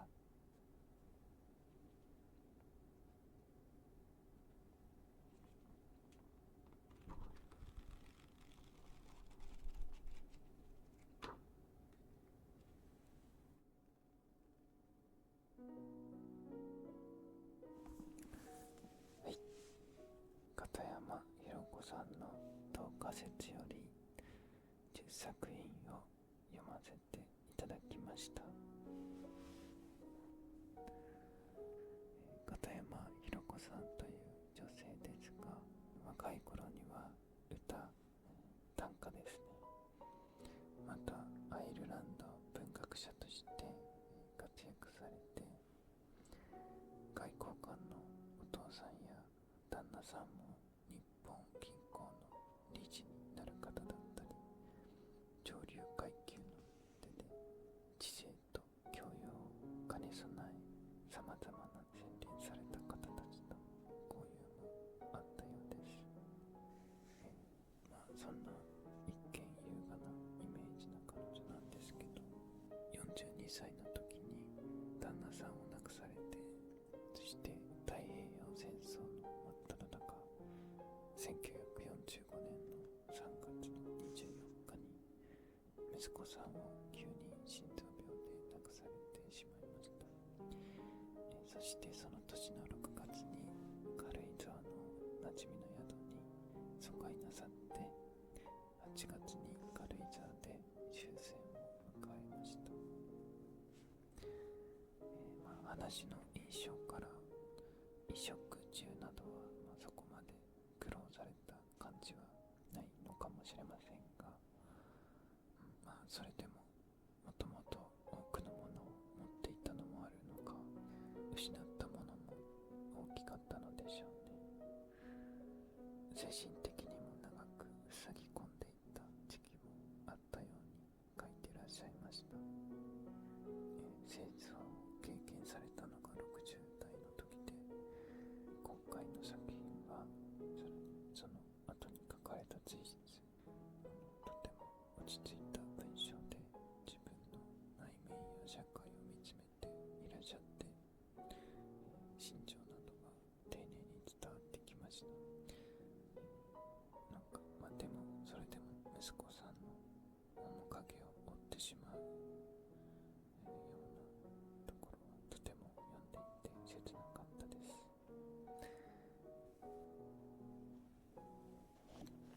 少し話は変わりますが、太平洋戦争の話ですが、実は自分のひいおばあちゃん、ひいおじいちゃんもう亡くなってますけど、当時東京の大森蒲田のあたりで鋳物工場を営んでました。彼女の話にも大森に住んでいたと出てきましたね。で、当時は、日本は軍需最優先で鋳物工場ですから、それなりに規模もあって人もたくさん雇っていたようです。でもその大森とか蒲田のあたりは、そういう軍需工場が多かったので、かなり空襲が激しく、結局工場も家も何もかも焼かれてしまったと聞きました。で、祖母も含む家族みんなで、茨城の方に疎開されて、で、そのままそちらで暮らしたと聞かされました。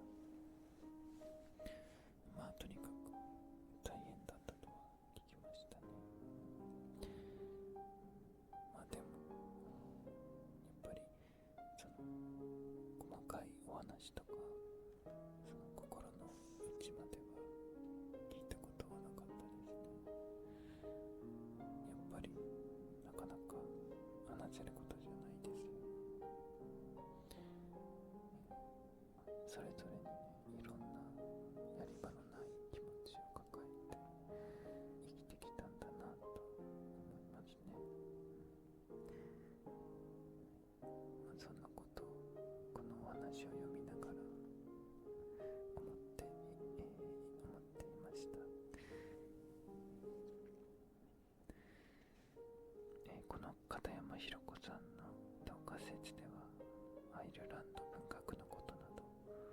他にも書かれています。青空文庫さんの方にもまだまだ載ってますし、興味がある方は読んでみてください。それでは今回はこれで終わりにしたいと思います。視聴ありがとうございました。おやすみなさい。おやすみなさい。